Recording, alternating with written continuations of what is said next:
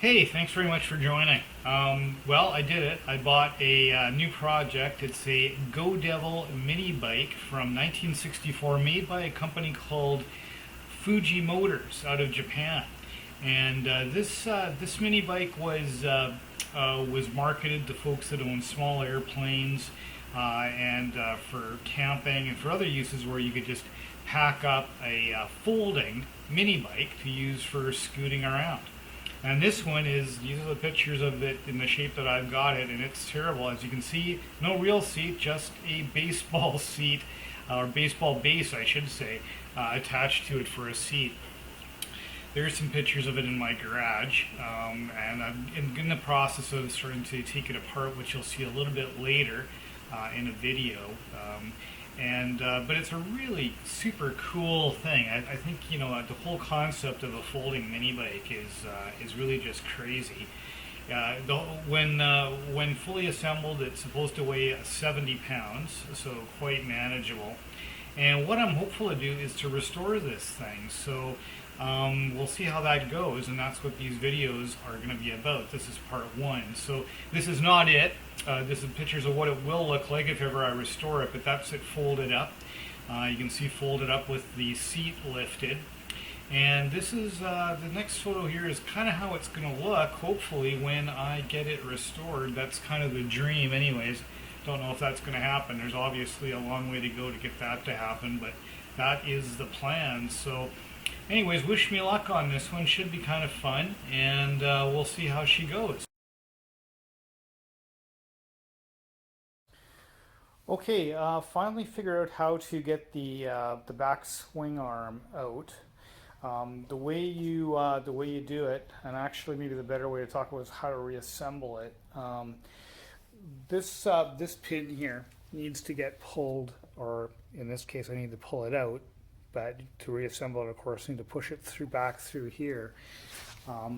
This will then get slid back on top. I haven't quite pushed it out all the way yet. You can just see the end of it right there. So I'm going to try to get some piece of wood or something and push that through all the way to release the swing arm.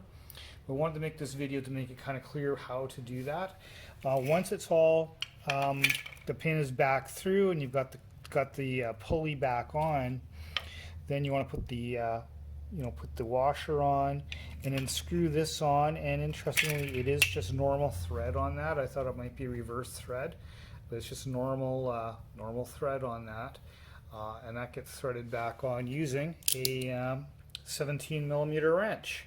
So yeah, that's how that goes. The one thing to keep in mind is I think at the moment this pulley is not adjusted correctly, because these little nuts here seem to be tightened right down, and the purpose of the bigger ones here, I think, is to allow the pulley to open and close with speed, much like a snowmobile does.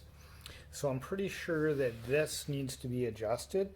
It looks like there's flathead screw adjustments on the back here to actually provide a bit more play on that. Relatively academic, however, when putting together, it might be a good idea to adjust that. Okay, I'm going to give it a shot. Hopefully I get this pin out. Okay, just to follow up to the previous video, I took a hammer and a screwdriver, and I went and I just hammered that pin out, and it literally just fell on the ground beneath me. So that actually worked really well. So there's what that looks like. This is coming off in one piece. And as you can see, those are the little flat-headed screws on the back that I think need to be turned out a little bit to give this thing some play, because at the moment they look snugged right down, which kind of defeats the purpose of this adjustable pulley, which should open and close as you go faster. It should open up more, giving you more speed. And at the moment this thing's just cinched right down. I think somebody had this thing that didn't know what the hell they were doing, which isn't a surprise. Mind you, maybe I don't know what I'm doing either. Don't have a clue, but that's just a best guess. Everything else on this looks good except dirty, so that's all good.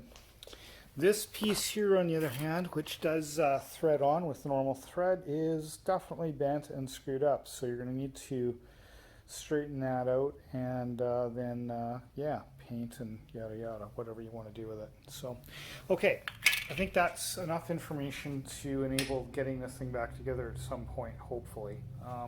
Maybe just before I end the video, maybe what I'll just bring the bike back up here and to see what I mean by that pin coming right out.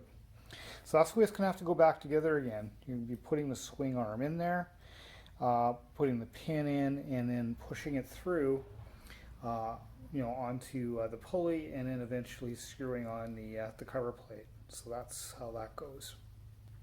Okay, a little video on what probably is obvious, but I'm going to do this little video to be sure anyways. So in terms of the brake cable adjustment, the brake cable, as you can see, is running this way. Comes back up to here, it goes through and routes this way through here, and then comes back up to this little adjuster here. So you obviously just pull out your cable to get to the right tightness, and then adjust this, and Bob's your uncle. Now I've already got this totally loose, so I'm just going to take her off, right? Pull this off, but that's how you get her back together again, okay? Okay, getting that bolt off, that motor mount bolt off, is a real bitch. So I'm actually going to take the top off here, just take the rewind off, and just so I don't muck it up too badly, because otherwise, if nothing else, I'm going to scratch the shit out of the side of it. So just mentioning this because when you put this thing back together again, suggest doing the same thing in reverse. Do it with the rewind cover off. By that time you've probably cleaned it up even more than it is now, and you're going to be really PO'd if you totally screw it up putting the motor back on. So pain in the ass, but it is what it is. Maybe there's an easier way, but so far I haven't seen anything. Okay, so pretty much have the engine out, just removing this throttle cable. So this is how the throttle cable routed onto the engine, and this little spring here goes through this little nut right there. The cable of course went through here and then attached, tightened up with this little screw right here. So that's basically it. Okay, well, turns out I'm a little bit of an idiot here. So I was struggling like heck to get these bolts out, like just crazy, especially these ones that were so tight in there and hard to get off. So here's the deal.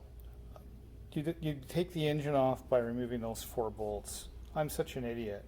So that's the way you do it. So when you're putting this thing back on, take this bracket off, right, and bolt the bracket on through those holes on each side first using the rubber washers.